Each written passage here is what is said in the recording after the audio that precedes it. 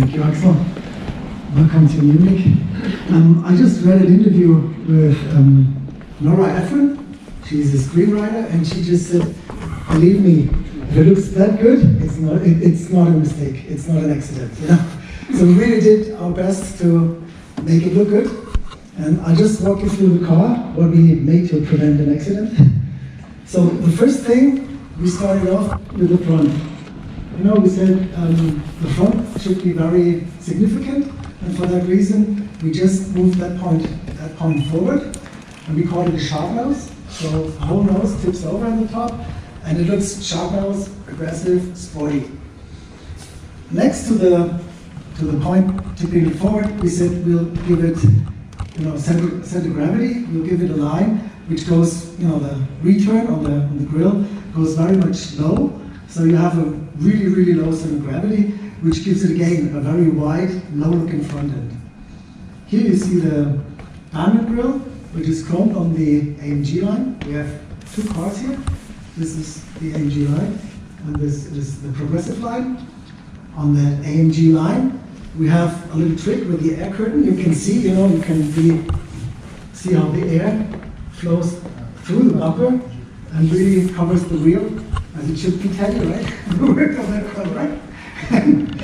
And another thing I want to share with you, there's a magic number to the car, you know? The magic number you want to recall is 50 millimeters, you know? 50 millimeters is all you have to know about the car. The headlamps are 50 millimeters lower than the predecessor. You know, remember the predecessor has fairly big lamps. So we've managed to bring all the technique in a much, much smaller headlamp. The whole car is 50 millimeters longer and it's 50 millimeters wider. It has the same height. That's why I think it's a magic number. You know, we'll come back on that later on as well. So on the front, I think it's very important to see that we have this wing. On the AMG line, we have a similar theme, but not as aggressive on the progressive line. And if we go from the front to the side, I'll have to come over and maybe you want to follow me. You can see from the inside, you see the power domes. That's an homage on the SL. And you've been around on the Alps, you know, you saw the Alps, so it's a little bit, if you would look out, you know, you see a little bit the Alps here. It just looks very nice, it's very significant, and it's a typical Mercedes trademark, you know, you can really see that. Going to the sides, you probably recognized the predecessor had a lot of lines. There was a lot of crease lines on the car, very significant, very fresh. Here we decided to get rid of all the lines. There's only one line left over on the lower door, which stretches the car. But we believe in this generation, we want to model the car with light and shadow. So if you, for example, see the rocker panel on the red car, you know, on the lower of the rocker panel, it catches shadow. If you see the rocker panel here on the AMG line, it catches light. That's the principle, you know. You have a surface which faces towards the sky, so it catches light. And you have some surfaces like this one, you know, catching shadow from the street. So you have light and shadow within the body side, but it's done without any crease lines. I think you can afford that if the whole proportion of the car is perfect. You know, we have a very, very small cabin. You can see it's fairly small greenhouse, and we have fairly big wheels. I mean, it's the size of a C-Class, the tire diameter, which gives the car a very good proportion.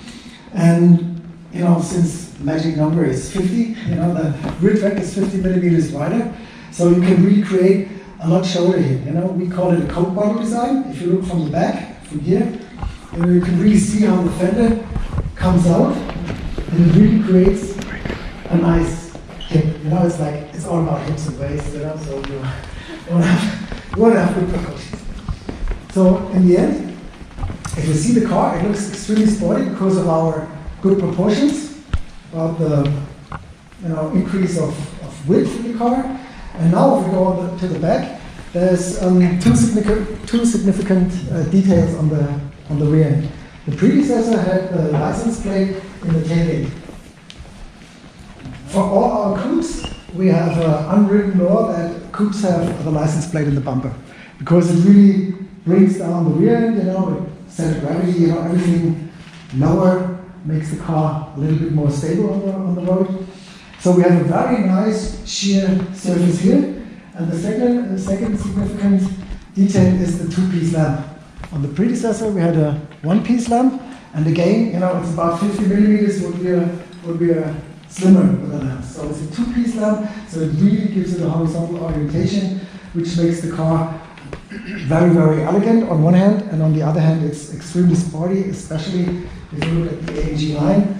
You know, trademark on the AMG line is always the side air outlet, you know, which gives it a very sporty appearance, and it again widens the car. The difference between the two cars, if you look at them, you know, the exhaust pipes are much more visible here. You know, the emphasis on the exhaust pipes, and you can see there's a little diffuser on the back, which underlines basically the sportiness on the car. So the last 50 millimeters is on each side of the shut line. You know, we have 50 millimeters here and 50 here, and then that's basically the 100 millimeters wider tailgate. So you can load and unload the car much easier than the predecessor. This would be basically the most important thing. If you enter the car, you will see we have frameless doors, which we believe in Mercedes is a must for a coupe. You have to have frameless doors because that gives you the feeling if you drop down the glass and just the door here. It is a very cool thing, you know. That's why we did it on that car. So I think for a quick rundown, that should be enough for tonight. If you want to get some details about the car, just feel free to come and ask. I'm willing to answer everything I can. Thank you very much and have a good night. Thank you. Thank you.